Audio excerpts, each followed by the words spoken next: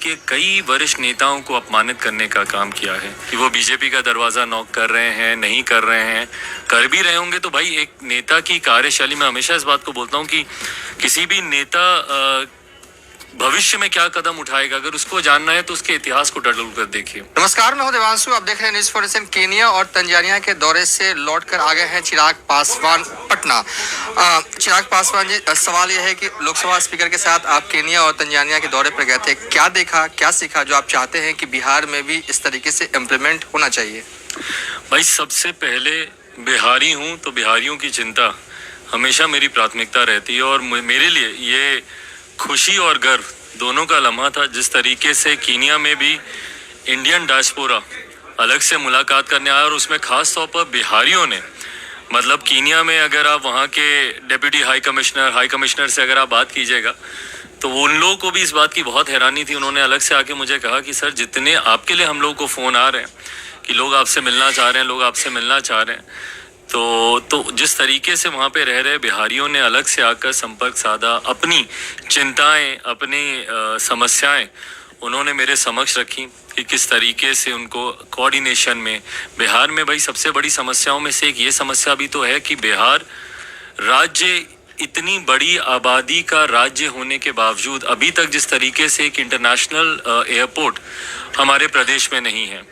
और मुझे नहीं पता कि हमारे मुख्यमंत्री ने इसको लेकर कितनी चिंताएं जाहिर की, कितना उन्होंने प्रयास किया, नहीं किया।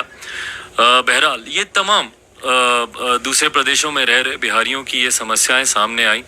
अपना विश्वास उन्होंने जाहिर किया मुझ पर और जिस प्यार से उन्होंने मेरा स्वागत, मेरा सम्मान किया, ना सिर्फ कीनिया में, तंजानिया में, हर एक जगह।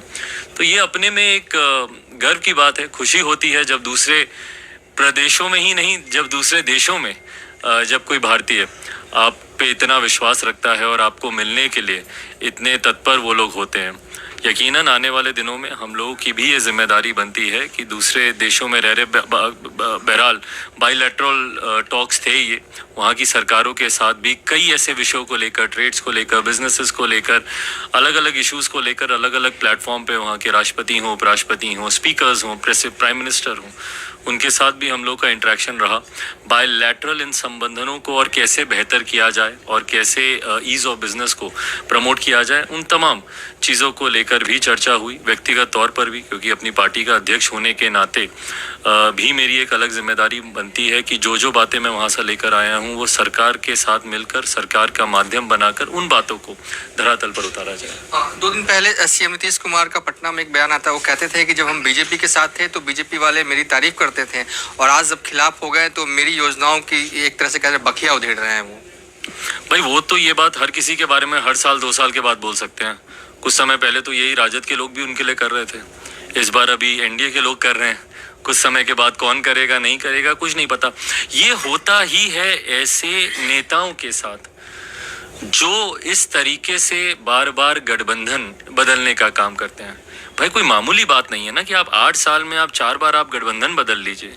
2-2 साल की सरकार, जनादेश का अपमान, 15 का जनादेश महागठबंधन के लिए सरकार चलाई एनडीए के साथ, 20 का जनादेश एनडीए के लिए सरकार आप चला रहे हैं महागठबंधन के साथ, तो यकीनन आप पे सवाल उठेंगे और ये सवाल उठने का मौका आप स्वयं दे रहे हैं। जिस तरीके से आपने बार बार अपनी कुर्सी बचाए रखने के लिए, किस तरीके से आप मुख्यमंत्री बने रहे मात्र सिर्फ इसी उद्देश्य के साथ। भाई गठबंधन आपने कभी भी बिहार के विकास के लिए तो नहीं बदला ना। 2017 में आपने गठबंधन इसलिए नहीं बदला था कि बिहार में कोई बहुत लंबित योजनाएं हैं जिसके लिए आपको केंद्र सरकार के साथ की आपको जरूरत थी इसलिए, बल्कि हम लोग तो उस वक्त भी इस बात से संतोष था हम लोग को कि चलिए आप अगर एनडीए में आ गए हैं तो एक लंबे समय के बाद बिहार को ये मौका मिला है जहां केंद्र की तर्ज पर बिहार में भी सरकार है। लगभग 27-28 साल के बाद बिहार को ये सुनहरा मौका मिला था और जैसा हमारे प्रधानमंत्री जी बोलते हैं डबल इंजन की सरकार, बिहार को वो डबल इंजन की सरकार 2017 में एक लंबे समय के बाद मिली थी।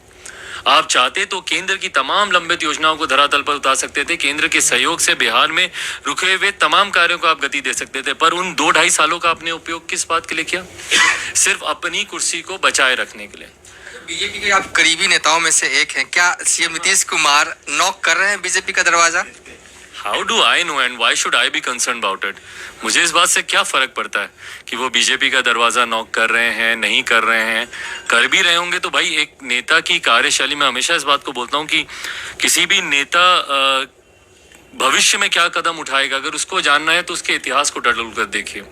जो नेता एक बार जो चीज कर चुका है वो भविष्य में भी दोबारा कर लेंगे, तो उसमें किसी को आश्चर्य होना नहीं चाहिए। तो अगर even if he is knocking the doors, a it's least of my concern, and be अगर वो ऐसा करेंगे तो भाई वो दोबारा अपनी ही कथनी को, जो जैसा वो करते आए अपनी ही करनी को पुनः दोहराने का काम करेंगे। कुशवाहा का इंस्टीट्यूट आता है, आखिरी सवाल है ये, उन्होंने कहते हैं कि अब क्यों जाएं छोड़कर हम जेडीयू, हिस्सा चाहिए।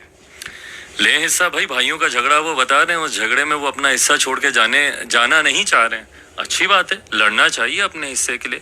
भाई जिस तरीके से मुख्यमंत्री जी ने यूज एंड थ्रो की रणनीति अपनाकर अपने पार्टी के कई वरिष्ठ नेताओं को अपमानित करने का काम किया है, जब उन्होंने अपने राष्ट्रीय अध्यक्षों तक को नहीं छोड़ा अपनी पार्टी के, तो ऐसे में इस तरीके का बर्ताव भूपेंद्र जी के साथ भी कहीं से भी जायज नहीं है।